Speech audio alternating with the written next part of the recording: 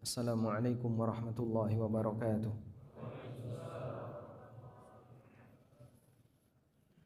Alhamdulillahi rabbil alamin. Wassalatu wassalamu ala ashrafil mursalin. Nabiyyina wa maulana Muhammadin wa ala alihi wa sahbihi ajma'in.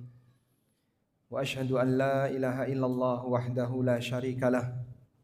Wa ashhadu anna Muhammadan abduhu wa rasuluh. Sallallahu alaihi wa ala alihi wa sahbihi wa man tabi'al huda ila yaumiddin. Rasulullah sallallahu alaihi wasallam menyebutkan tentang adanya potensi fitnah yang terjadi di masyarakat. Dan itu bagian dari realita yang tidak bisa hilang. Karena Nabi sallallahu alaihi wasallam mensabdakan ini dan pasti benar. Dalam hadis dari Abu Musa al-Asy'ari radhiyallahu anhu, diriwayatkan oleh Abu Dawud, Ibnu Majah, Imam Ahmad dan yang lainnya. Inna baina aidikum fitanan. Di depan kalian akan ada berbagai macam fitnah. Kaqita'il lailil mudlim, seperti sepotong malam yang gelap. Sepotong malam yang gelap. Tidak ada cahaya sedikit pun.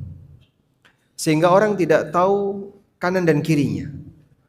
Pada saat manusia dalam keadaan dia tidak mendapatkan cahaya, mata tidak berfungsi.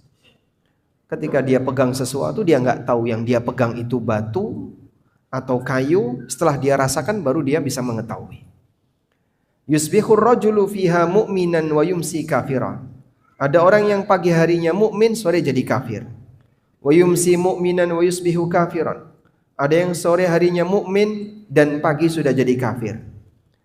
Lalu Nabi SAW menyebutkan, dalam situasi chaos, semua orang ingin ikut terlibat. Baik terlibat secara fisik dengan melakukan aksi, atau terlibat secara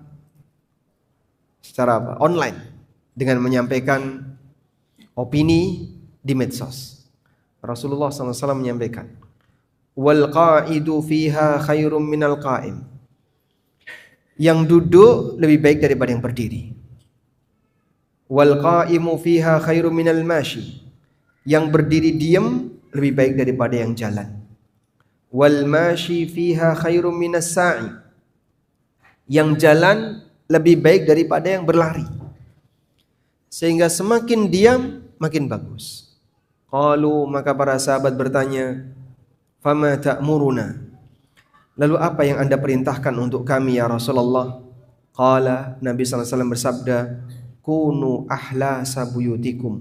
Untuk mengamankan dirimu dan imanmu, jadilah kamu seperti keset rumahmu. Keset itu gak pindah. Dia diam di satu tempat. Sehingga bertahan di dalam rumahmu seperti layaknya keset. Semakin jauh dan tidak mendekat kepada fitnah, kepada chaos dan aneka suasana di medsos, kok akan lebih aman. Kita mungkin cukup lelah dengan bermedsos, perang opini, satu membantah yang kedua membantah orang ketiga, berantem di medsos. Sampai dalam situasi itu nasihat jadi nggak kelihatan nasihat. Sehingga ada orang yang memberikan nasihat, datang caci maki.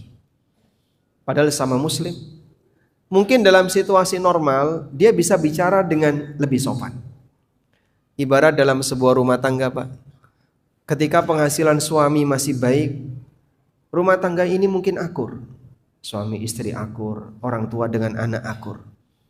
Saat ada ujian ekonomi, mungkin gak terjadi berantem, Pak. Sangat mungkin. Sehingga mulai gak akur antara suami istri, jadi lebih sensitif, ngomong apa serba salah. Karena ada ujian ekonomi.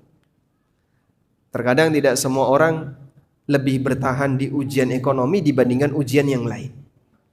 Sehingga dalam sebuah keluarga ketika ada ujian ekonomi, suaminya jadi lebih sensitif, istrinya jadi lebih sensitif, sampai timbul perceraian gara-gara ujian ekonomi. Ilustrasi ini sebagaimana bisa terjadi pada keluarga kecil yang beranggotakan suami, istri, dan anak. Juga bisa terjadi pada keluarga besar yang beranggotakan pemimpin dan rakyat. Dalam situasi normal, ketika ekonomi aman, mungkin suasana politik aman. Dalam kondisi ketika Allah Subhanahu wa taala memberikan ujian ekonomi, mungkin orang mulai goyang. Sehingga semuanya jadi serba sensitif. Yang ini sensitif, yang ini sensitif. Nabi SAW sarankan, kunu ahlasa buyutikum. Kau jadi keset rumah. Meninggalkan titik perang opini. Insya Allah lebih aman. Caci maki bisa jadi akan membuat orang merasa puas. Tapi mungkin itu tidak memberikan perubahan yang berarti. Makanya Nabi SAW ketika kita melihat kemungkaran, yang beliau arahkan bukan dengan caci maki, tapi beliau arahkan dengan apa? Melakukan perubahan. Falyughayyirhu, ubahlah kemungkaran itu. Siapapun yang melakukan kemungkaran dan Anda melihat menyaksikan kemungkaran itu, Rasulullah SAW tidak menyarankan laknat kemungkaran itu. Karena ketika kita melaknat Fir'aun, kita nggak dapat pahala. Tapi saat Anda mendoakan kebaikan untuk orang yang hidup yang masih ada kemungkinan jadi baik, bisa jadi doa Anda dikabulkan oleh Allah. Saat ada orang berbuat maksiat, lalu Anda mencaci maki, Anda melaknat, apakah kita dapat pahala? Tidak. Bahkan sampai pun ketika ada orang jahat, Anda melaknat, mengutuk Fir'aun misalnya, yang sudah mati, yang dia dinyatakan sebagai orang jahat dalam Al-Quran, itu tidak menambah amal. Karena Fir'aun tidak menambah dosanya disebabkan laknat kita. Namun ketika Anda mendoakan kebaikan untuk orang yang menurut Anda orang ini gak ideal, manusia ini banyak salahnya, manusia ini banyak melakukan kekeliruan, baik dari sisi tindakan maupun kebijakan. Saat Anda mendoakan kebaikan untuknya, mudah bagi Allah untuk memberikan taufik baginya. Ada banyak sekali cerita di mana Nabi SAW beliau diminta oleh para sahabat untuk mendoakan keburukan bagi suku A, suku B, suku C. Sahabat datang kepada Rasulullah SAW, ya Rasulullah, inna dausan qad kafarat wa abad, fad'u alaihim. Ya Rasulullah, suku Daus mereka kufur dan tidak mau menerima Islam. Doakan keburukan untuk mereka. Lalu Nabi SAW berdoa. Disaksikan oleh para sahabat, tapi kalimatnya tidak mereka dengar. Beliau mengucapkan, Allahumma hdi dausan wa'tinihim. Ya Allah, berikanlah petunjuk kepada suku Daus dan datangkan mereka kepadaku. Wa'tihim ilayya, dan datangkan mereka kepadaku. Allah kabulkan doa ini. Ada orang suku Daus yang menjadi pejuang Islam, dan jasa besar beliau dirasakan oleh kaum muslimin sampai sekarang. Ada yang tahu siapa namanya? Ya, Abu Hurairah radhiyallahu anhu. Abu Hurairah radhiyallahu anhu itu berasal dari suku Daus. Abu Hurairah radhiyallahu anhu ad-Dausi. Ketika beliau tiba di kota Madinah, Nabi SAW tidak ada. Nabi SAW sudah berangkat ke Khaybar. Akhirnya disusul ke Khaybar.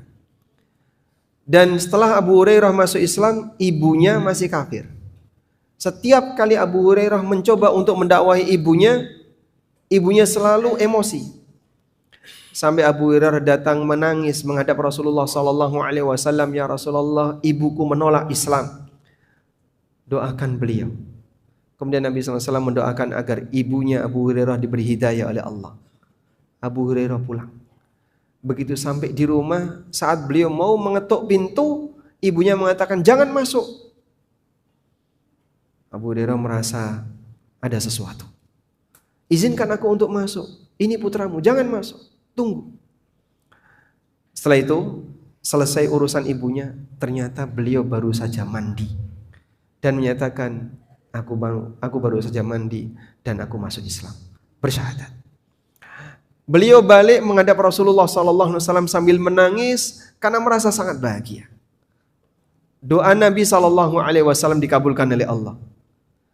untuk satu doa terjadi perubahan besar pada diri seorang hamba. Allah mudah untuk mengubah seorang hamba yang awalnya penjahat jadi orang baik dengan doa yang kita baca. Karena itulah dalam situasi tertentu, saat emosi masyarakat sedang memuncak dan itu bisa menimbulkan potensi berbahaya, nasihat-nasihat untuk tenang perlu untuk kita sampaikan. Meskipun bisa jadi nasihat ini beresiko. Mungkin saya bicara seperti ini ada yang gak terima. Apakah hanya dengan doa kita melakukan perubahan? Saya sebagai rakyat mungkin tidak bisa memberi peran yang besar. Kita tidak punya kebijakan. Tapi kita hanya bisa berharap kepada Allah. Semoga Allah ngasih taufik kepada orang-orang yang dia punya wewenang dan kebijakan. Dan ketika Allah Subhanahu wa taala memberikan hidayah, mudah bagi Allah untuk mengubah mereka. Demikian pula yang terjadi pada banyak orang. Fudail bin Iyad di posisi ketika beliau sudah merasa putus asa untuk mendidik anaknya. Siapa anaknya Fudail? Ali bin Fudail. Sampai pada titik terakhir putus asa untuk mengubah akhlaknya Ali. Bapaknya seorang ulama tapi anaknya preman. Akhirnya Fudail bin Iyad rahimahullah langsung menyerahkan Ali kepada Allah. Ya Rabb, aku sudah tidak mampu lagi untuk mendidik Ali. Aku serahkan Ali kepadamu. Ali bin Fudail diperbaiki oleh Allah Subhanahu wa taala sampai menjadi seorang anak yang saleh, dan beliau dikenal sebagai orang yang sangat mudah tersentuh dengan Al-Quran. Apa gelarnya Ali bin Fudail? Qatilul Quran. Orang yang menjadi korban karena Al-Quran. Beliau mati karena mendengarkan Quran. Kok bisa Pak? Ketika terdengar ayat yang membicarakan tentang surga dan neraka, Ali bin Fudail ini selalu menangis. Sampai imam yang mengimami salat jahriyah, sebelum salat dimulai, beliau perhatikan, ada nggak Ali di situ? Kalau ada Ali bin Fudail, maka imam akan membaca surat tentang kisah, surat tentang ahkam, bukan surat tentang peringatan. Suatu ketika sang imam membaca surat tentang peringatan, ternyata di belakangnya ada Ali. Isak tangisnya Ali terdengar. Beliau menangis sampai sholat selesai dan terus menangis sampai akhirnya meninggal dunia. Sehingga digelari dengan Qatilul Quran, korbannya Al-Quran. Karena beliau rahimahullahu ta'ala orang yang mudah tersentuh dengan ayat-ayat dalam Al-Quran. Ini contoh kalau kita ingin bukti bahwa ternyata doa bisa memberikan perubahan besar. Ada banyak sekali raja yang dengan doanya orang-orang saleh, kemudian sang raja itu melakukan perubahan besar hingga memberikan kebaikan bagi yang lainnya. Orang Afrika pada saat mau kelulusan S1 di Universitas Islam Madinah, mahasiswa ini datang dari Afrika, terkenal nakal dan bandel. Hasil evaluasi para dosen, dia diputuskan tidak lulus. Syekh bin Baz yang waktu itu ada dalam rapat dosen. Beliau kemudian meminta, tunggu dulu, jangan diputuskan. Dalam situasi itu beliau berdoa kepada Allah agar Allah memperbaiki mahasiswa ini. Kemudian beliau minta, tolong berikan ijazah untuk mahasiswa ini, kasih dia lulus.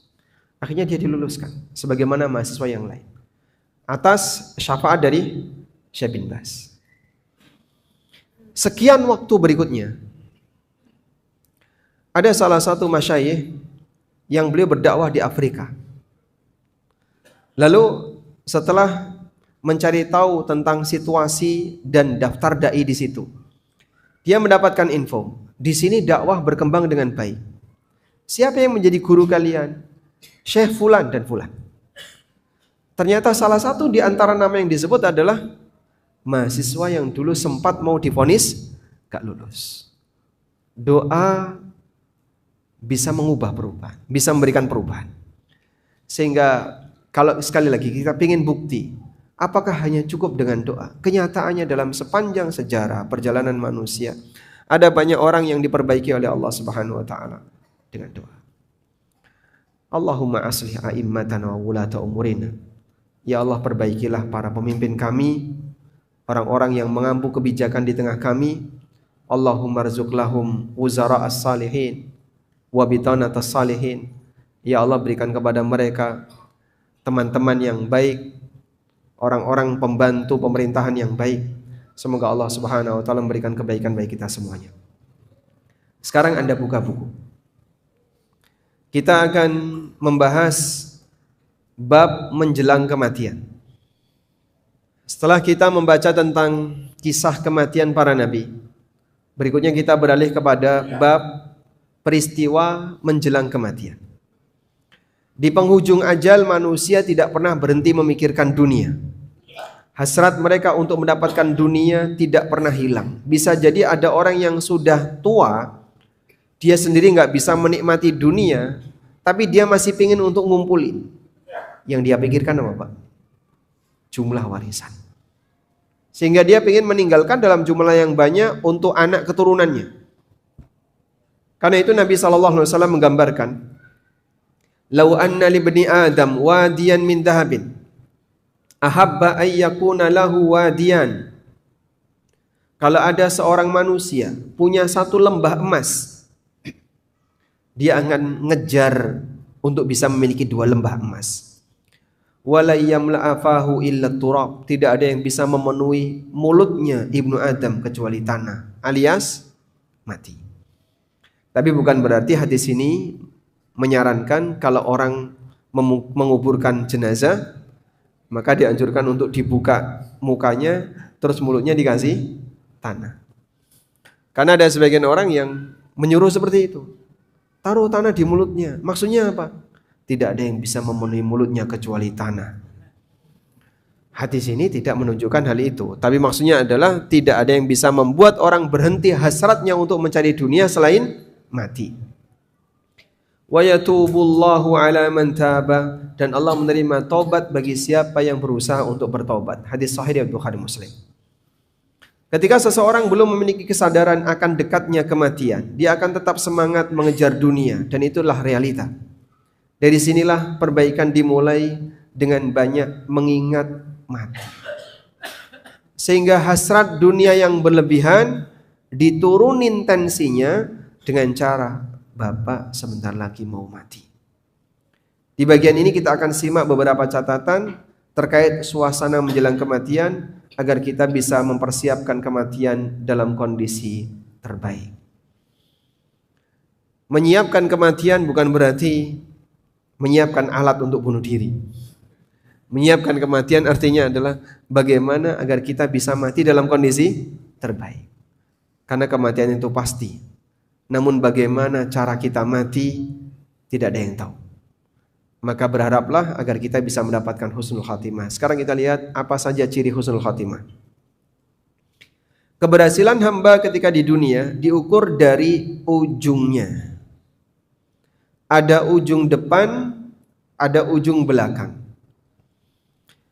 Ujung bagian belakang ini ukuran keberhasilan dunia. Ujung bagian depan ini ukuran keberhasilan akhirat. Karena itu Nabi SAW mengatakan, innamal a'malu bil khawatim. Nilai dari keberhasilan amal dilihat dari ujung belakangnya. Maksudnya adalah ketika di dunia. Sehingga pada saat seorang hamba di dunia dia mengakhiri hidupnya dengan kebaikan, maka dia dinilai baik. Sedangkan di akhirat yang menentukan adalah ujung depan. Awwalu ma yuhasabu bihil abdu min amalihi as-salat. Amal pertama yang akan dihisab besok di hari kiamat adalah salat. Kalau salatnya baik, semua dianggap baik. Kalau salatnya jelek, semua dianggap jelek. Sehingga hisab pertama menghasilkan nilai baik, sebuah kabar gembira. Karena itulah setelah kita sadar akan pentingnya wilayah ujung ini, ujung belakang dunia, ujung depan akhirat, Anda perjuangkan di bagian ini dalam kondisi terbaik. maka belajar sholat, belajar bagaimana menyempurnakan ibadah sholat, itu adalah perjuangan untuk bisa mendapatkan ujung depan yang baik di akhirat. Dan saat seorang hamba perhatian dengan sholatnya, Allah akan berikan taufik kepadanya untuk memperbaiki amalan ibadah yang lain selain sholat. Sehingga orang yang sholatnya baik, nanti puasanya jadi baik, sedekahnya jadi baik, ibadah A, ibadah B jadi baik, berawal dari upaya dia memperbaiki sholatnya. Selanjutnya, terkait suasana yang dialami hamba saat kematian, di sana ada 3 keadaan. Pertama, hamba yang mati dalam kondisi husnul khatimah, Allah tampakkan di ciri yang baik saat meninggal. Allah tampakkan, sehingga bisa dilihat oleh orang yang hidup. Yang kedua, hamba yang mati dalam kondisi tidak ada tanda apapun. Tapi jangan divonis dia su'ul khatimah, enggak ada tanda-tanda apapun. Dan mungkin ini dominan di masyarakat kita. Sehingga Anda cari, kok enggak ada seperti yang dikatakan oleh dalil. Katanya mati husnul khatimah itu cirinya A, B, C, enggak nemu ya Pak. Oh berarti dia su'ul khatimah. Tunggu dulu. Jangan memvonis su'ul khatimah di saat tidak ada tanda husnul khatimah. Yang ketiga, hamba yang mati dalam keadaan su'ul khatimah dan Allah tampakkan di ciri yang tidak baik saat meninggal. Misalnya dia meninggal saat maksiat, dia meninggal dalam kondisi sedang berbuat jahat, atau ada tanda-tanda yang buruk pada saat dia meninggal, berarti ada ciri yang tidak baik, dan itu bisa jadi adalah tanda su'ul khatimah. Tayyib. Karena itulah jamaah dimulakan Allah, terkadang Allah Subhanahu wa taala menampakkan pada diri seorang hamba sesuatu yang membuat dia dipuji oleh hamba yang lain. Tapi ini tidak bisa dikondisikan. Misalnya, Pak, kalau ada orang di malam Jumat lalu dia mengucapkan asyhadu alla ilaha illallah wa asyhadu anna Muhammadan Rasulullah, kemudian dia menembak dirinya, bunuh diri. Jadi setelah dia mengucapkan 2 kalimat syahadat, kemudian dia bunuh diri. Malam Jumat baca 2 kalimat syahadat, dia menembak dirinya. Ini husnul khatimah atau su'ul khatimah? Yang mana Pak? Kenapa Pak? Ujungnya kan dia bunuh diri. Bukan ujungnya la ilaha illallah. Dia baca kalimat la ilaha illallah, kemudian setelah itu dia bunuh diri. Maka mungkin saja ada orang berbuat maksiat, tapi sebelum maksiat bismillah. Minum khamar bismillah. Sebelum minum khamar bismillah. Ada orang yang sebelum berbuat zina, Allahumma jannibna syaitan.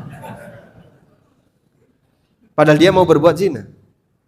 Kalau hanya sebatas menggunakan teks yang isinya doa, kalimat-kalimat Al-Quran, mungkin saja dilakukan oleh orang yang mau bertindak jahat. Bahkan kadang jin yang diruqyah, dia bisa menirukan ayat kursi. Sampai yang ruqyah bingung. Ini sedang saya ruqyah kok dia malah menirukan. Jangan-jangan dia jin yang kebal ruqyah. Akhirnya dihentikan ruqyahnya. Orang jahat bisa nggak Pak baca Quran?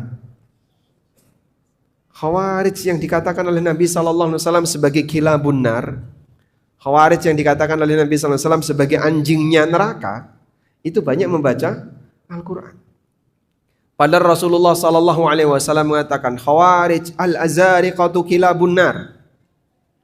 Khawarij, azariqah, sekte azariqah, anjingnya neraka.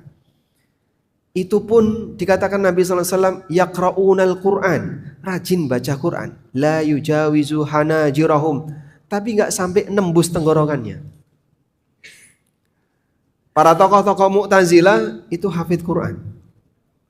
Beberapa orang-orang yang menyimpang hafid Quran, tapi tidak memberikan perubahan apapun, karena bisa saja orang munafik baca Quran. Bisa saja orang munafik baca Quran. Tayyib. Makanya di bagian ini tidak selamanya amalan yang kelihatannya saleh ternyata dinilai sebagai amal tidak selamanya amal yang kelihatannya soleh dinilai sebagai amal soleh. Terkadang ada amal yang kelihatannya soleh, tapi ternyata dia dinilai buruk oleh Allah Subhanahu Wa Taala. Bapak lihat, ada sebagian orang yang kadang cerita kepada orang lain. Si A cerita sama si B, aku pengen mati sujud. Dia ceritakan ke si A, dia ceritakan ke B, dia ceritakan ke C, dia ceritakan ke orang. Aku tuh pengen sekali mati dalam kondisi sujud. Dan dalam batinnya si A, dia berpikir, ketika aku mati dalam kondisi sujud, namaku harum di masyarakat. Sehingga banyak orang memujiku setelah mati. Banyak orang mengenang peristiwa ketika aku mati. CCTV masjid kemudian dipotong, di-share kemana-mana. Karena dia mati dalam kondisi sujud. Mungkin gak ada orang tersimpan di hatinya seperti itu, Pak? Mungkin, Pak. Sangat mungkin. Dalam situasi ketika dia merencanakan ingin mati husnul khatimah, tapi harapannya pujian. Jangankan seperti ini. Sampai ada orang yang rela mati demi pujian. Nabi SAW menyebutkan, ada 3 manusia di mana gara-gara 3 orang ini neraka dinyalakan. Salah satunya siapa? Orang yang mati syahid. Warajulun ustushhida. Ada orang yang mati syahid. Kemudian saat dia ditanya oleh Allah Subhanahu Wa Taala, Allah tunjukkan nikmat-nikmatnya. Fa'arafahu, dia pun mengakuinya. Lalu Allah tanya, wahai fulan, apa yang kau gunakan dengan nikmat-nikmat ini? Lalu orang itu mengatakan, qataltu fi sabilik hastastushhidtu. Aku berjuang di jalanmu ya Allah sampai aku mati syahid. Allah Ta'ala mengatakan, kadzabta, kau dusta. Walakin qatalta liyuqal innaka jari. Kau dusta. Kau berjuang bukan untuk aku, tapi kau berjuang agar kau disebut pahlawan. Kau disebut sebagai orang yang mati syahid. Wa qad qil. Dan orang sudah memberikan gelar itu kepadamu.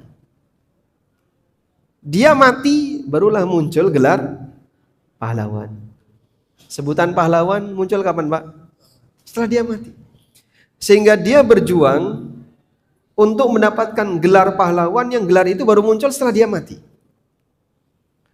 Kemudian summa umira bihi fasuhiba ilan nar. Maka dia pun diseret dan dimasukkan ke dalam neraka. Sehingga terkadang ada orang yang dia berharap pujian pasca kematian.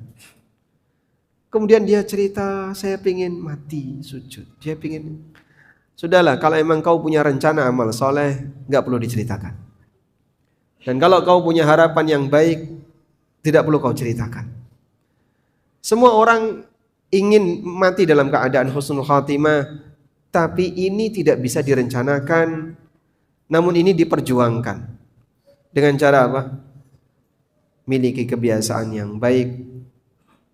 Allah Subhanahu Wa Taala akan berikan balasan kepada hamba. Salah satunya adalah sang hamba diberi petunjuk oleh Allah sehingga dia jadi orang baik sampai akhir hayat.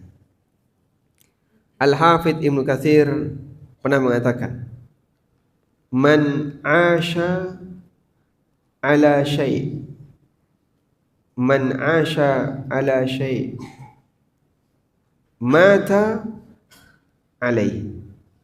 Siapa yang punya kebiasaan hidup tertentu, dia akan mati sesuai kebiasaan hidupnya. Wa man mata ala syai', dan siapa yang mati dalam kondisi tertentu, bu'itha alaihi, dia akan dibangkitkan sesuai dengan kondisi matinya. Muqaddimahnya ada di sini. Siapa yang punya kebiasaan hidup tertentu, maka dia akan mati sesuai kebiasaan hidupnya. Dan siapa yang mati dalam kondisi tertentu, dia akan dibangkitkan sesuai dengan kondisi saat dia mati. Selanjutnya, beberapa ciri husnul khatimah yang disebutkan dalam dalil. Pertama, mengucapkan kalimat la ilaha illallah, sebagaimana sabda Nabi SAW, man kana akhiru kalamihi la ilaha illallah dakhalal jannah. Siapa yang kalimat terakhirnya la ilaha illallah, masuk surga. Dari Talha bin Ubaidillah, beliau bercerita, Suatu ketika Umar melihat Talha bin Ubaidillah tampak murung. Lalu berkata, "Ada apa denganmu wahai Abu Fulan? Apakah istri pamanmu membuatmu kesal wahai Abu Fulan?" Talha menjawab, "Tidak." Lalu beliau memuji Abu Bakar As-Siddiq radhiyallahu anhu. "Hanya saja aku pernah mendengar Rasulullah sallallahu alaihi wasallam bersabda satu hadis, dan tidak ada yang menghalangiku untuk menanyakannya kecuali karena aku tidak mampu menanyakannya sampai beliau wafat." Sempat dengar Rasulullah SAW pernah bersabda seperti ini, tapi belum begitu jelas. Nah, Tolha mau bertanya, ternyata Rasulullah SAW sudah wafat. Ilmu itu belum sempurna, tapi Rasulullah SAW sudah wafat. Maka Tolha ingin tahu apa yang dimaksud oleh Nabi SAW. "Aku mendengar beliau bersabda, sesungguhnya aku mengetahui suatu kalimat yang bila diucapkan oleh seorang hamba saat menjelang kematiannya, maka wajahnya akan berseri-seri karenanya, dan Allah akan menghilangkan kesulitannya." Umar berkata, "Aku tahu kalimat itu." "Apakah kalimat itu?" kata Talha. Kemudian Umar mengatakan, "Adakah kalimat yang lebih agung daripada yang beliau perintahkan kepada pamannya saat menjelang wafat? Itulah la ilaha illallah." Sehingga siapa yang mengakhiri hidupnya dengan kalimat la ilaha illallah, dia berhak untuk mendapatkan syafaat dari Nabi sallallahu alaihi wasallam. Abu Hurairah bertanya, "Ya Rasulullah, man as'adun nas bi syafa'atika yaumal qiyamah?" Ya Rasulullah, siapakah manusia yang akan berbahagia karena mendapatkan syafaat Anda kelak di hari kiamat? Nabi sallallahu alaihi wasallam mengatakan, orang yang mendapatkan syafaatku kelak di hari kiamat adalah, beliau tidak bersabda yang merayakan maulid, tapi yang beliau sampaikan, man qala la ilaha illallah mukinan min qalbi. Orang yang mendapatkan syafaatku di hari kiamat adalah yang berikrar la ilaha illallah penuh dengan keyakinan dalam hati. Selanjutnya, ciri yang kedua, ada keringat di kening. Diriwayatkan dari Buraidah Ibn Hasib bahwa ketika beliau berada di Khurasan, beliau menjenguk seorang saudaranya yang sedang sakit. Ketika ia mendatanginya, ternyata saudaranya sedang dalam keadaan sakaratul maut dan tampak keringat di keningnya. Maka Buraidah mengatakan, "Allahu Akbar. Aku mendengar Rasulullah sallallahu alaihi wasallam bersabda, al-mu'minu yamutu bi'arakil jabin." Seorang mukmin mati dan ada keringat di keningnya. "Pak, kemarin saya lihat orang mati keningnya kering itu, Pak. Berarti enggak ada tanda husnul khatimah." Jangan-jangan su'ul khatimah. Ini su'udon yang tidak dibenarkan. Sekali lagi, tidak tampak tanda husnul khatimah bukan berarti su'ul khatimah. Selanjutnya, meninggal di malam Jumat atau siang hari Jumat. Dalam hadis yang diriwayatkan oleh Ahmad dan Tirmidzi, Nabi sallallahu alaihi wasallam bersabda, "Ma min muslimin yamutu yaumal jum'ah aw lailatal jum'ah." Ketika seorang muslim meninggal di hari Jumat atau malam Jumat, illa waqahu Allahu fitnatal qabri. Allah taala akan jauhkan dia dari fitnah kubur. Dan seperti ini bisa diharapkan tapi tidak bisa dipastikan. Saya ingin meninggal malam Jumat, silahkan berdoa kepada Allah. Ya Allah, wafatkan aku di malam Jumat. Sekarang malam Sabtu, berarti satu pekan lagi. Ya tidak tahu ya. Malam Jumat kan tidak sekali. Baik, sudah masuk waktu Isya. Kita akan dengarkan adzan dulu. Kita akan dengarkan adzan dulu, insyaallah kita lanjutkan setelah adzan. Wassallallahu ala nabiyyina Muhammadin wa ala alihi wa sahbihi wasallam.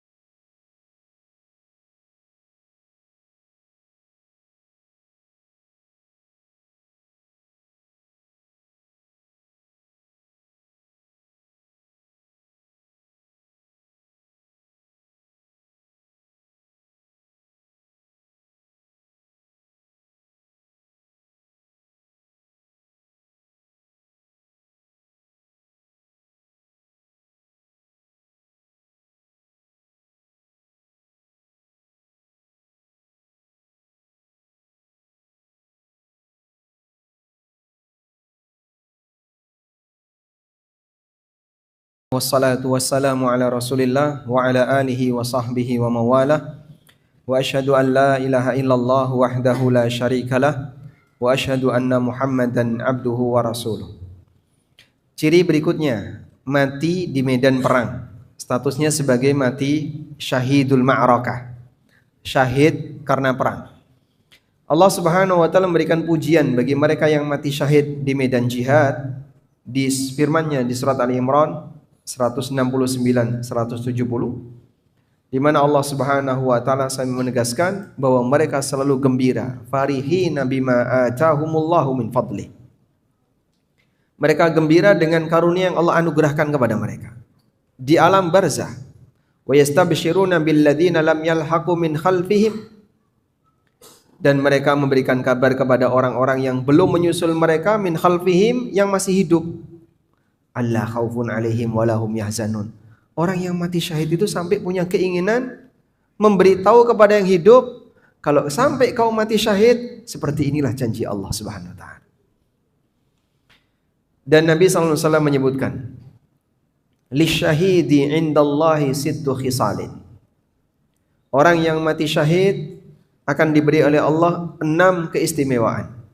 Yang pertama, yughfaru lahu fi awwali daf'atin. Akan diampuni dosanya di tetes pertama darah yang tertumpah. Yang kedua, wa yara maq'adahu minal jannah. Dia bisa melihat tempatnya di surga.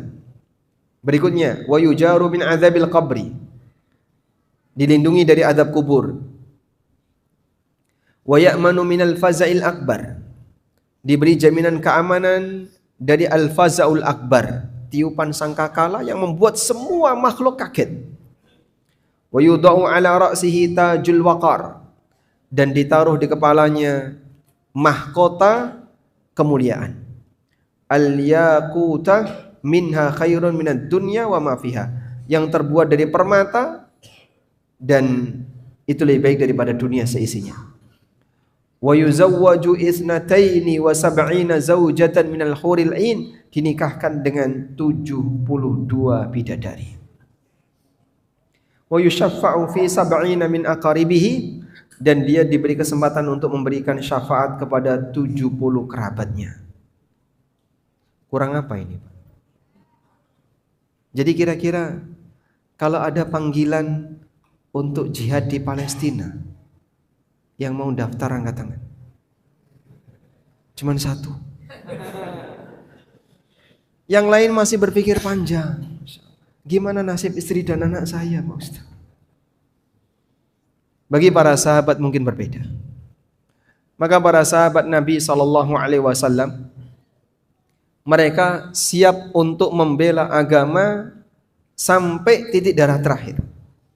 Az-Zubair bin Awwam radhiyallahu anhu, beliau pernah mengatakan, ma min maudi'in min udwi illa wa fihi jurhun ma'a Rasulillah sallallahu alaihi wasallam hantantaha ilal farji. Semua anggota badanku itu dipenuhi dengan luka karena membersamai Nabi sallallahu alaihi wasallam ketika jihad sampai mengenai kemaluanku. Lukanya Zubair bin Awwam karena perang itu sampai di kemaluan. Hampir seluruh sekujur badannya ini penuh dengan luka. Maka para sahabat radhiyallahu anhum, ketika mereka jihad ada 2 kemungkinan. Pulang balik nama, tinggal nama, Pak. Atau yang kedua, pulang bawa cacat. Sehingga ada sebagian mereka yang ketika jihad hilang 1-2 jari, penuh dengan luka badannya, menimbulkan keloid, punggung kita bersih, isinya jerawat. Kalau punggung lelaki sahabat penuh dengan keloid. Ada yang kena tombak, sabetan pedang, kemudian anak panah dan seterusnya. Selanjutnya, mati menyandang syahid seperti yang disabdakan Nabi SAW, tapi bukan syahid perang. Abu Hurairah meriwayatkan bahwasanya Rasulullah SAW bersabda, bagaimana menurut kalian siapa yang disebut sebagai orang yang syahid di antara kalian? Para sahabat menjawab, hai Rasulullah, orang yang terbunuh di jalan Allah itulah syahid. Kemudian Nabi SAW mengatakan, idzan asyuhada'u fi ummati qalil. Kalau begitu yang mati syahid di kalangan umatku sangat sedikit. Lalu siapa saja mereka ya Rasulullah? Kemudian Nabi SAW menyebutkan, man qutila fi sabilillahi fahuwa syahid. Yang terbunuh di jalan Allah syahid. Wa man mata fi sabilillah fahuwa syahid. Yang mati di jalan Allah dia syahid. Wa man mata fit ta'un fahuwa syahid. Yang mati karena ta'un syahid. Wa man mata fil batni fahuwa syahid. Mati karena sakit perut syahid. Dalam ayat yang lain beliau bersabda, asy-syuhada'u khamsah. Orang yang mati syahid ada 5. Al-mat'un, orang yang mati karena kena penyakit ta'un. Al-mabtun, mati karena sakit perut. Al-gharik, mati tenggelam. Wa sahibul hadam, orang yang mati karena tertimpa benda tertentu. Saat gempa bumi, dia tertindih bangunan, mati. Wasyahidu fi sabilillah, dan orang yang mati di jalan Allah. Dalam ayat yang lain, Nabi SAW mengatakan, wal mar'atu yaqtuluha waladuha. Jam'a syahadah, wanita yang terbunuh karena bayinya, artinya mati karena melahirkan, syahid. Ya jurruha waladuha bisararahi ilal jannah. Nanti akan ditarik oleh bayinya ke surga dengan tali pusarnya. Sehingga bayi ini ingin menyelamatkan ibunya. Dan bayi yang mati, dia bisa memberikan syafaat. Dalam riwayat yang lain, Nabi SAW mengatakan, wassal syahadah, wal batnu syahadah. Yang mati karena TBC, penyakit paru, dia mati syahid. Dan yang mati karena sakit perut syahid. Dalam ayat yang lain, Nabi SAW pernah mengatakan, wal mar'atu tamutu bi jum'in, dan wanita yang mati bi jum'in syahidah, wanita yang mati bi jum'in. Apa sih yang dimaksud mati bi jum'in? Ada yang mengatakan mati bi jum'in tafsirnya adalah mati perawan. Wanita yang tidak menikah sampai mati disebut Nabi SAW syahidah, mati syahid. Khusus wanita ya. Jomblo laki-laki nggak berlaku di sini. Sehingga ada wanita yang mungkin memilih hidup, saya tidak nikah selamanya, dan kemudian dia mati dalam kondisi belum menikah, dalam keadaan perawan, disebut oleh Nabi SAW sebagai orang yang mati syahid. Selanjutnya, mati karena membela. Membela yang dimaksud adalah membela harta yang dirampas, membela kehormatan, membela keluarga, membela agama. Rasulullah SAW pernah bersabda, man qutila duna malihi fahuwa syahid. Yang terbunuh karena membela hartanya, syahid. Yang terbunuh karena membela agamanya, syahid. Yang terbunuh karena membela darahnya, syahid. Yang terbunuh karena membela keluarganya, syahid. Sehingga saat orang didolimi dan dia berusaha untuk membela diri sampai pilihannya mati, maka yang bersangkutan mati syahid. Dalam hadis yang lain, Rasulullah SAW pernah ditanya, ya Rasulullah, bagaimana jika ada seseorang yang ingin mengambil hartaku? Kata Nabi SAW, jangan berikan hartamu kepadanya. Bagaimana kalau dia menyerangku? Jawab Nabi SAW, lawan dia. Bagaimana jika dia membunuhku? Kau mati syahid. Bagaimana jika aku berhasil membunuhnya? Kata Nabi SAW, dia di neraka. Sehingga ada jambret, lalu dilawan, jambretnya mati, maka orang yang melawan jambret ini tidak boleh diperkarakan. Karena darahnya si perampok tadi tidak diakui dalam agama. Walhamdulillah di Indonesia seperti ini. Iya. Hah? Kan seperti ini. Karena Nabi SAW menyebutkan seperti itu. Baik. Syahid itu ada 2 ya. Syahid ada 2. Yang pertama, syahid dunia akhirat. Ini yang mati syahid di medan jihad, di medan jihad. Khusus untuk yang mati syahid di medan jihad seperti ini tidak dimandikan, sehingga langsung dikafani kemudian dimakamkan dan tidak disolati, atau boleh tidak disolati, sebagaimana yang dilakukan oleh Nabi SAW terhadap syuhada Uhud, sehingga mereka punya penanganan khusus di mana mereka tidak dimandikan. Rasulullah SAW menyebutkan, fa innahu yub'atsu yaumal qiyamati tasilu minhu daman arfuhu arful misk. Besok di hari kiamat darahnya akan tetap menetes, mengalir dan memberikan aroma minyak wangi. Sehingga mereka tidak boleh dimandikan agar bekas perangnya itu enggak hilang.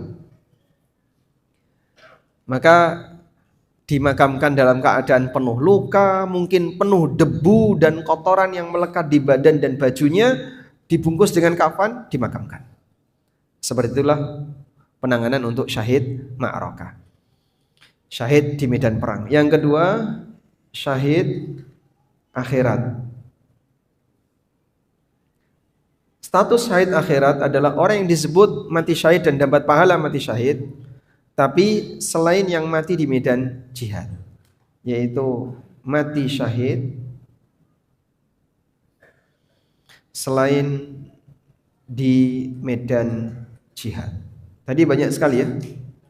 Ada yang meninggal karena penyakit taun, sakit perut, yang tenggelam, tertindih benda, wanita yang mati dalam keadaan belum nikah, yang mati dalam persalinan, mati membela harta, dan seterusnya.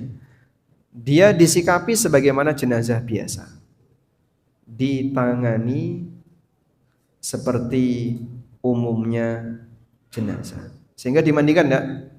Dimandikan. Dikafani, disolati sebagaimana umumnya jenazah. Selanjutnya, mati karena ribat, berjaga di daerah perbatasan. Dari Salman Al-Farisi radhiyallahu anhu, Nabi SAW bersabda, ribatu yaumin wa lailah, ribat sehari semalam, khairun min siyami syahrin wa qiyamihi, lebih baik daripada amalan puasa dan tahajud selama sebulan. Wa in mata murabitan, kalau dia mati dalam keadaan sedang berjaga, jara alaihi amaluh, maka amalnya akan terus mengalir, alladzi kana ya'maluh, sesuai dengan kebiasaan yang dia lakukan. Dan ini salah satu di antara orang yang pahalanya tidak putus, dijamin oleh Allah Subhanahu wa taala pahalanya terus mengalir. Seperti orang yang sedekah jariah, menyebarkan ilmu yang bermanfaat, seperti orang yang pernah bikin sumur, orang yang apalagi mengalirkan parit dan seterusnya. Wa ujriya alaihi rizqu, dan rizkinya terus dialirkan kepadanya. Wa amina minal fattan, dan dia aman dari fitnah. Selanjutnya yang ke-8 adalah mati dalam keadaan amal saleh. Nabi SAW mengatakan, man qala la ilaha illallah khutima lahu biha dakhalal jannah, wa man sama yauman ibtigha'a wajhillah khutima lahu bihi dakhalal jannah. Siapa yang puasa ikhlas karena Allah, lalu diakhiri hidupnya dengan puasa itu, masuk surga. Maka kalau ada orang yang meninggal di bulan Ramadan, apakah itu ciri husnul khatimah? Puasa atau tidak? Kalau dia meninggal dalam keadaan amal soleh, husnul khatimah. Jadi bukan bulannya, tapi kegiatannya. Kalau waktu yang menandakan husnul khatimah adalah hari Jumat atau malam Jumat. Tapi kalau amal soleh dilakukan di hari kapanpun, di waktu kapanpun, apabila itu menjadikan akhir dari hayat seseorang, maka dia mati dalam keadaan husnul khatimah. Selanjutnya, sekarang Anda lihat ini. Saya coba bacakan kalimat berikut. Apakah husnul khatimah harus mereka yang mati dengan semua tanda di atas? Bapak lihat. Husnul khatimah tidak terbatas pada kematian saat ibadah. Husnul khatimah tidak terbatas ketika kita meninggal dalam kondisi sedang sujud di atas sajadah. Husnul khatimah tidak terbatas Kita meninggal dalam keadaan sedang sholat di musola. Husnul khatimah tidak terbatas saat di tangan kita ada mushaf dalam kondisi terbuka. Karena Rasulullah sallallahu alaihi wasallam sebagai manusia terbaik di alam semesta, beliau wafat di tempat tidurnya. Abu Bakar As-Siddiq radhiyallahu anhu, sahabat terbaik, wafat di atas ranjangnya. Khalid bin Walid, Saifullah al-Maslul, pedang Allah yang terhunus, beliau wafat di atas tempat istirahatnya, sekalipun beliau telah mengikuti ratusan jihad fisabilillah. Lalu apa definisi husnul khatimah? Di saat kita meninggal dalam keadaan tidak bawa dosa syirik. Di saat kita meninggal tanpa melakukan pembatal Islam apapun. Ketika kita wafat terbebas dari semua penyakit kemunafikan. Ketika kita meninggal dalam keadaan bersih dari praktek bid'ah dan pelakunya. Ketika kita meninggal berpegang teguh di atas Al-Quran dan Sunnah dan mengikuti isinya sebagaimana yang dipahami oleh para sahabat tanpa takwil yang menyimpang. Di saat kita meninggal tanpa beban dosa karena masalah darah, harta, dan kehormatan muslim. Ketika kita meninggal dalam keadaan menunaikan hak Allah dan hak para hambanya. Ketika kita meninggal dengan hati yang tidak menyimpang dengan kebencian, tidak menyimpan dendam, tidak menyimpan kebencian, permusuhan terhadap sesama muslim. Saat kita meninggal dalam kondisi sholat 5 waktu terjaga. Disitulah arti dari husnul khatimah.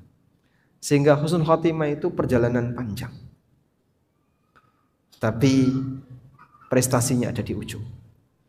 Jaga baik-baik akidah yang benar. Jaga baik-baik tauhid, hindari semua sengketa dunia, hindari kezaliman. Insyaallah kalau Bapak mati dalam keadaan seperti itu, husnul khatimah. Selanjutnya mengenai su'ul khatimah. Di sini kita sebutkan beberapa di antaranya adalah mati membawa akidah yang menyimpang. Contohnya tadi, ada orang yang paginya mukmin, wa yumsi kafiron, sore sudah jadi kafir. Wa yumsi mu'minan, ada yang sorenya mukmin, pagi sudah jadi kafir. Yabi'u dinahu bi'aradi minad dunya. Dia menjual agama untuk mendapatkan keuntungan duniawi. Selanjutnya, mati dalam keadaan maksiat. Rasulullah sallallahu alaihi wasallam pernah bersabda, "Fawalladzi la ilaha ghairu." Demi zat yang tidak ada Tuhan yang berhak disembah kecuali Dia. Inna ahadakum la ya'malu bi amali ahlil jannah. Ada orang yang melakukan amalan penduduk surga, hatta ma yakunu bainahu wa bainaha illa dhira'. Sampai jarak antara dia dengan surga hanya tinggal 1 hasta. Di sini kecuali sejengkal, Anda gantikan sehasta. Dhira' itu jarak antara siku sampai jari tengah. 1 hasta. Tsumma yasbiqu alaihi alkitab fayuhtamu lahu bi'amali ahlin nar. Namun takdir telah mendahuluinya, lalu dia melakukan amalan penduduk neraka di akhir hidupnya. Fayadkhuluha, kemudian dia masuk neraka. Waliyatubillah. Perjuangan dia beramal saleh mungkin dipenuhi dengan banyak kepentingan. Entah riya, tidak ikhlas, dan Allah tahu isi hatinya.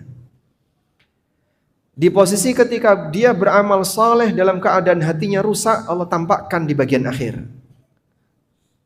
Dan ternyata keburukan itu muncul dalam perbuatan jahat, dalam amalan. Dia akhiri hidupnya dengan itu, maka dia masuk neraka. Iblis dulu adalah ahli ibadah. Sampai dia kumpul bersama para malaikat. Ahli ibadah seperti ini sampai pada tingkatan dia dikumpulkan bersama malaikat. Tapi Allah tahu di hati iblis menyimpan ujub. Ujub itu baru tampak setelah Adam tercipta. Sebelum Adam tercipta, ujub masih tersembunyi di dalam hatinya. Sehingga Allah Subhanahu wa taala membongkar dengan Allah ciptakan makhluk yang diremehkan oleh iblis. Dia merasa lebih baik daripada Adam. Padahal Adam diberi kelebihan oleh Allah yang tidak diberikan kepada iblis. Apa itu? Ilmu. Adam diberi kelebihan ilmu. Saat Allah perintahkan iblis untuk sujud kepadanya bersama dengan para malaikat, aba wastakbara, dia enggan dan bersikap sombong. Ketika ditanya oleh Allah, ma mana'aka an tasjuda id amartuk, apa yang membuat kamu tidak mau sujud ketika aku perintahkan kamu? Dia bilang, ana khairum min. Qala ana khairum min. Aku lebih baik daripada Adam.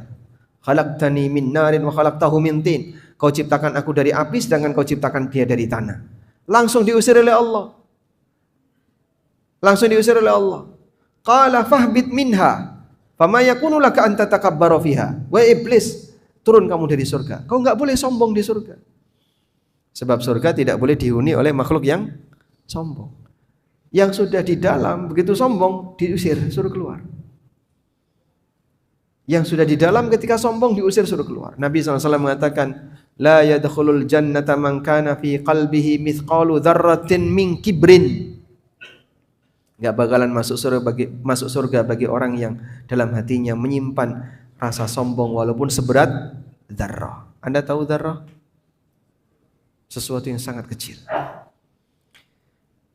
Mati bunuh diri. Nabi SAW mengingatkan, man taradda min jabalin faqatala nafsah. Siapa yang menjatuhkan dirinya dari gunung untuk bunuh diri, fa huwa fi nari jahannam yataradda fihi khalidan mukhalladan fiha abada. Maka kelak di neraka dia nanti akan dijatuhkan dari atas bukit dalam keadaan tersiksa kekal selamanya. Wa man tahassa summan faqatala nafsah. Siapa yang minum racun untuk bunuh diri, fasummuhu fi yadi yatahassahu fi nari jahannam. Maka besok di neraka dia dikasih oleh Allah racun di tangannya, kemudian dia menelan racun itu berkali-kali, disiksa di neraka. Khalidan mukhalladan fiha abada. Kekal di sana. Wa man qatala nafsahu bihadid. Siapa yang bunuh diri dengan pedang, dengan pisau, fahadidatuhu fi yadi. Maka besok dia dikasih pisau oleh Allah di tangannya. Ya ja'u biha fi batni, dia tusuk-tusuk perutnya di hari kiamat di neraka, khalidan mukhalladan fiha abada, kekal di sana. Yang berbahaya dengan situasi musibah ekonomi, ketika musibah itu sampai menimbulkan, di sini ada musibah dunia lalu mengarah kepada musibah agama. Yang mengkhawatirkan dari masyarakat Indonesia, inflasi sudah pernah terjadi di negara kita. Lalu setelah itu ekonomi membaik, sekarang inflasi lagi. Dalam suasana yang mengkhawatirkan itu, ketika seseorang sampai mengalami musibah agama, gara-gara dia nggak kuat dengan musibah dunia, puncaknya bunuh diri. Saat kondisi orang itu panik dengan adanya kenaikan harga, panik dengan inflasi, paniknya berlebihan sampai bunuh diri. Bahaya, Pak. Makanya kalau orang tidak punya iman, dalam situasi yang menakutkan, kemudian dia stres, dia panik, arahnya nanti macam-macam. Ada satu doa yang layak untuk kita rutinkan. Minta kepada Allah, jangan sampai musibah yang menimpa kita adalah musibah yang membahayakan agama. Allahumma la taj'al musibatana fi dinina wa la taj'alid dunya akbar hammina wa mablagha ilmina. Ya Allah, jangan kau jadikan musibah yang menimpa kami adalah musibah yang membahayakan agama kami. Karena kalau sampai musibah itu membahayakan agama, gak ada gantinya. Kehilangan harta mungkin gak ada gantinya, Pak. Sangat mungkin. Tapi kalau sudah kehilangan agama, mau diganti pakai apa? Wallahu ta'ala alam. Walhamdulillahirabbil alamin. Sekarang di pukul 19.30. Kita sampai jam berapa? Sekarang 7:30. Baik. Untuk lanjutannya insyaallah akan kita baca di pertemuan berikutnya. Ada pertanyaan?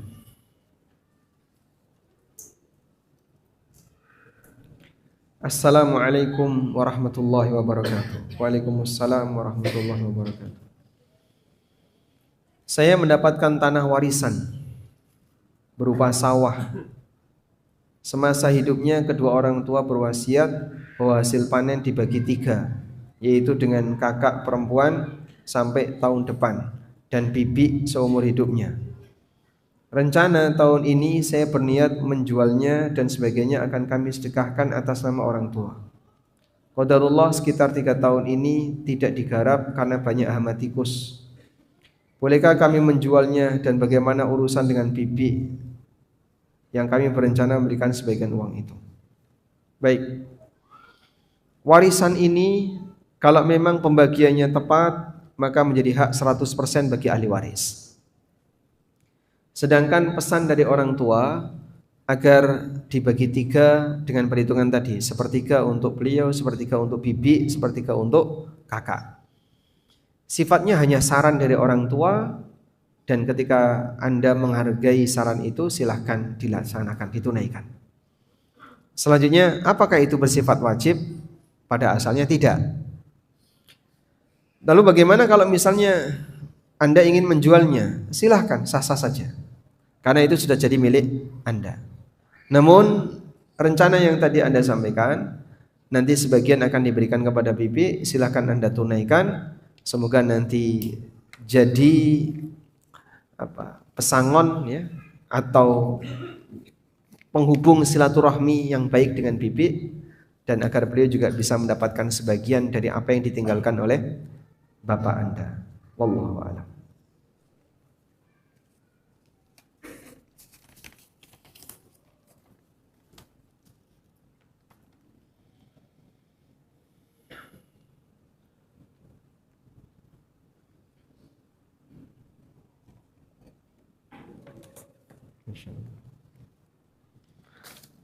Warisan, banyak warisan.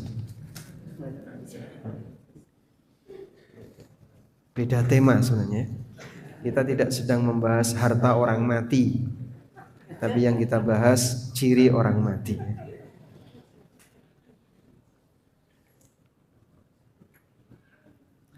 Mohon nasihat bagi kami para wanita. Makin kesini makin kesana.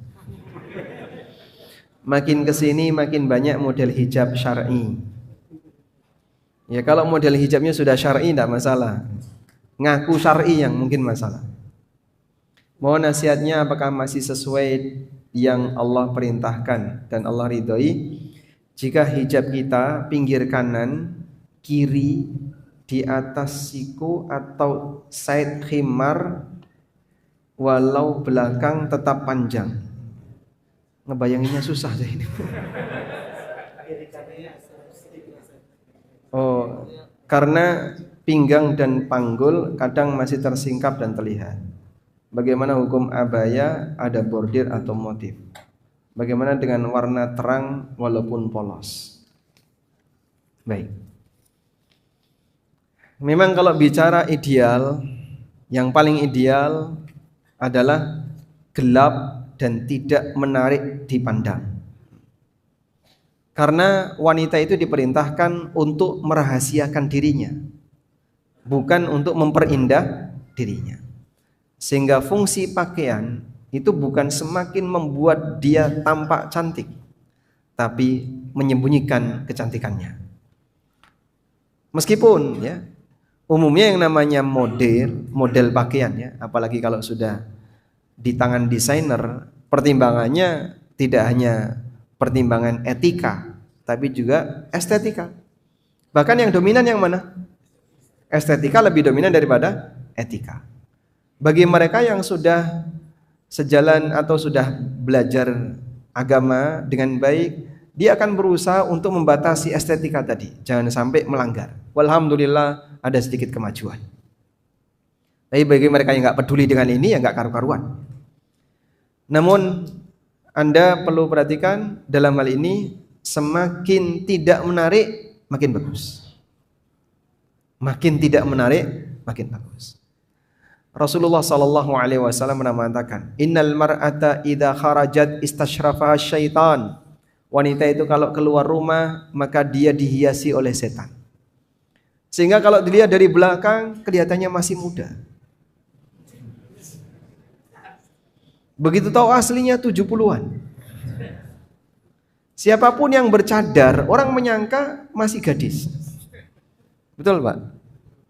Kok mantuk-mantuk?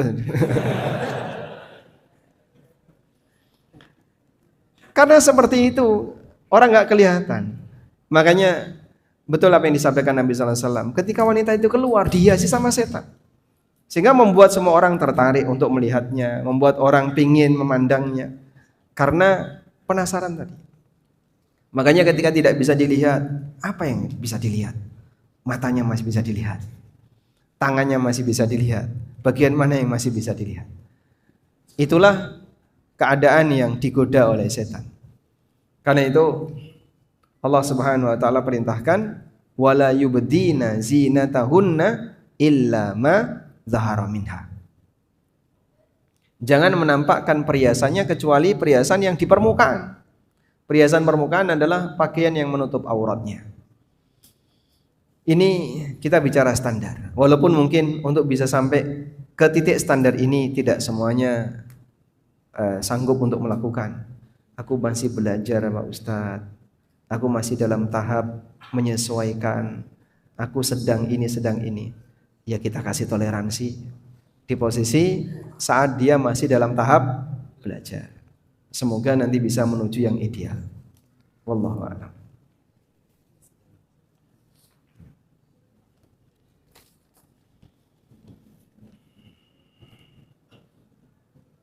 Assalamualaikum. Waalaikumsalam. Bagaimana mengembalikan harta khianat ke perusahaan asing seperti gratifikasi karyawan diberi hadiah oleh vendor? Kalau perusahaannya masih ada, Anda harus kirimkan ke sana. Ya masalahnya kan saat kita transfer ke rekening dia mungkin akan malah jadi masalah. Karena keuangan perusahaan semuanya terukur. Sehingga tiba-tiba ada nilai tertentu tapi nggak jelas ini duit apa. Itu justru akan menjadi temuan yang mungkin akan membahayakan perusahaan tersebut. Nah ini akan jadi beban bagi Anda. Kecuali kalau misalnya Anda bisa berikan dalam bentuk fasilitas atau barang tertentu yang bisa diserahkan ke perusahaan tersebut. Pada titik terakhir ketika itu tidak memungkinkan, Anda bisa serahkan ke negara. Caranya gimana Pak? Menyerahkan ke negara Pak. Kalau sekarang yang paling gampang untuk MBG. Ya.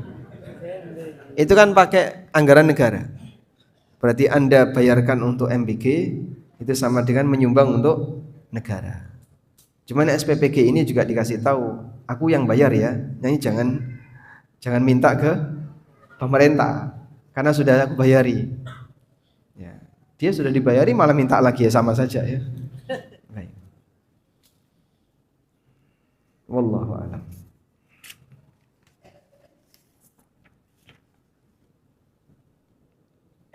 Assalamualaikum. Waalaikumsalam. 2 tahun kemarin ada panggilan berangkat haji. Qadarullah saya pending karena suami baru daftar tahun 2022. Alhamdulillah bisa tarik mahram dengan catatan suami harus terdaftar masuk haji porsi haji 5 tahun. Beberapa bulan yang lalu saya dapat info dari Departemen Agama daerah saya kalau pending sudah 3 kali maka kuota haji akan hangus. Untuk solusinya dari orang Departemen Agama, suami saya yang belum genap 5 tahun terdaftar kuota haji harus pakai uang pelicin.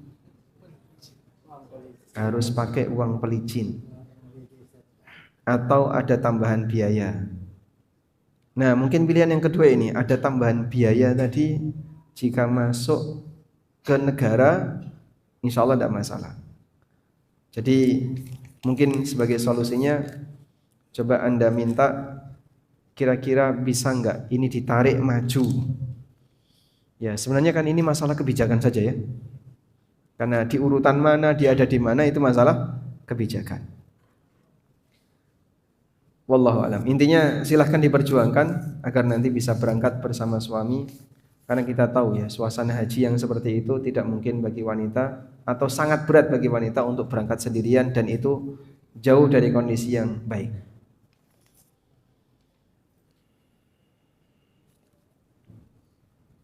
Ayah saya menikah lagi dengan janda selisih usia 30 tahun. Janda ini mantan biduan. Keluarga kami menentang karena banyak madorotnya, dan pernikahan ini diawali dengan sesuatu yang tidak baik. Setelah ayah kami pensiun, mulai menjual hampir semua aset yang dia punya dengan dalih karena uang pensiun kurang, dan setelah pensiun ayah kami tidak memberi nafkah kepada ibu kami karena menurut ayah rumah yang ditempati ibu sudah termasuk nafkah. Sekarang ayah kami sering berutang. Kami menyarankan kalau memang sudah tidak kuat menghidupi istri kedua, lebih baik diceraikan saja. Bagaimana sikap kami sebagai anak? Mohon nasihat untuk ayah kami. Kalau ada di sini, semoga beliau ikut mendengar. Di posisi ketika seseorang dalam keadaan tidak bisa memberikan nafkah dan dia tetap memaksakan diri, mungkin akan memberikan madarat besar baginya. Contohnya kayak tadi, makin banyak utang di usia tidak produktif. Sudah pensiun, pendapatan berkurang, nambahi beban. Mendekati ajal. Saat dia mati, ada nggak yang bisa menjamin kalau utangnya terbayar? Padahal utang kalau dibawa mati, jangankan orang yang amalnya cuman sholat, puasa, yang punya amal mati syahid nggak bisa menghapus utang. Sahabat tanya kepada Rasulullah sallallahu alaihi wasallam, "Ya Rasulullah, ara'aita law qutiltu fi sabilillah ayughfaruli?" Ya Rasulullah, kalau aku terbunuh di jalan Allah, apakah semua dosaku akan diampuni? Jawab Nabi sallallahu alaihi wasallam, "Na'am. Wa anta muqbilun ghairu mudbirin sabirun muhtasib." Ya, seluruh dosamu akan diampuni sepanjang kau terus maju, tidak mundur, dan mengharapkan pahala dari Allah dengan sabar. Akhirnya dia berangkat. Dipanggil lagi oleh Nabi SAW. Kamu tadi bilang apa? Ya Rasulullah, kalau aku terbunuh di jalan Allah, apakah seluruh dosaku akan diampuni? Beliau ulangi jawabannya. Naam. Wa anta muqbilun ghairu mudbir. Betul, selama kau terus maju dan tidak mundur. Illad dain, kecuali utang. Qala li Jibrilu anifan. Baru saja Jibril menyampaikan ini kepadaku. Sehingga jawaban Nabi SAW dikoreksi oleh Jibril, dikasih tambahan. Kecuali kalau dia punya utang. Sehingga kalau ada orang yang merasa sholatku udah banyak, tahajudku udah banyak, amal ibadahku udah banyak, dengan mati syahid lebih tinggi mana? Kok nggak punya amal mati syahid? Itu pun tidak bisa menggeser utang. Maka coba dia pikirkan, kalau ternyata itu justru akan jadi beban bagi dia, sudah seharusnya dia lepaskan dan dia ringankan dirinya. Wallahu a'lam. Dan mungkin sebagai anak, kasih pertimbangan berkaitan dengan beban utangnya, terutama dengan menyadarkan sisa usia bapak sudah di posisi sekian, yang peluang matinya lebih besar karena sudah lanjut. Sementara belum tentu Anda bisa mendapatkan kebahagiaan bersama istri yang baru. Semoga dengan itu beliau sadar.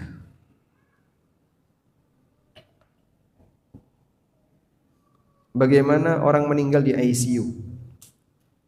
Karena di ICU sudah dipastikan tidak sholat. Kita tidak tahu apakah betul nggak sholat, ataukah dalam posisi tidak sadar sehingga nggak bisa sholat.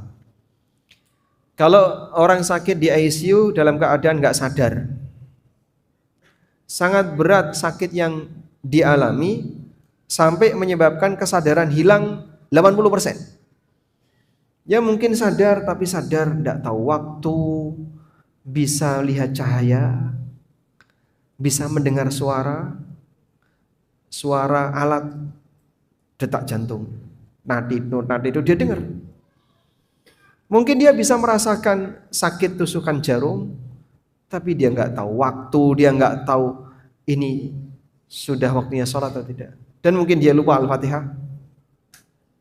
Dalam situasi ini kalau sampai hilang akal, maka yang bersangkutan sudah tidak wajib salat.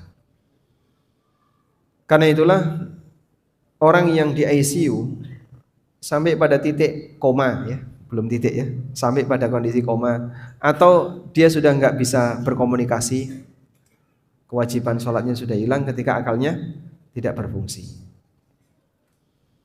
Bagaimana meninggal penyakit perut, tapi dokter selalu bilang mati karena jantung berhenti?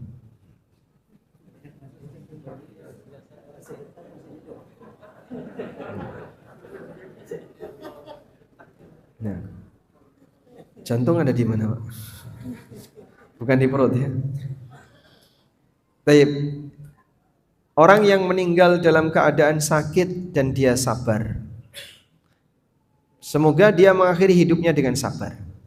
Dan sabar termasuk amal soleh. Dengan harapan ini mudah-mudahan tercatat husnul khatimah. Dengan amal sabar tadi. Walaupun kita tidak bisa memastikan apakah dia termasuk al-mabtun, orang yang mati karena sakit perut ataukah tidak. Tapi dengan sabarnya ini semoga husnul khatimah. Di sini harapan, Pak, tidak bisa memastikan. Maka saat Anda membuat pengumuman inna lillahi wa inna ilaihi raji'un, telah meninggal dunia dengan husnul khatimah, si A bin si B, boleh nggak kayak gitu? Memastikan? Tidak boleh. Memastikan telah meninggal dengan husnul khatimah, dari mana kamu tahu? Inna lillahi wa inna ilaihi raji'un, telah meninggal dunia dengan tenang, boleh nggak? Karena yang meninggal pasti kan tidak ada orang meninggal kemudian jingkrak-jingkrak. Kamu kok tahu dengan tenang? Dia waktu meninggal tenang itu anteng, Pak. Ya setelah meninggal dia anteng.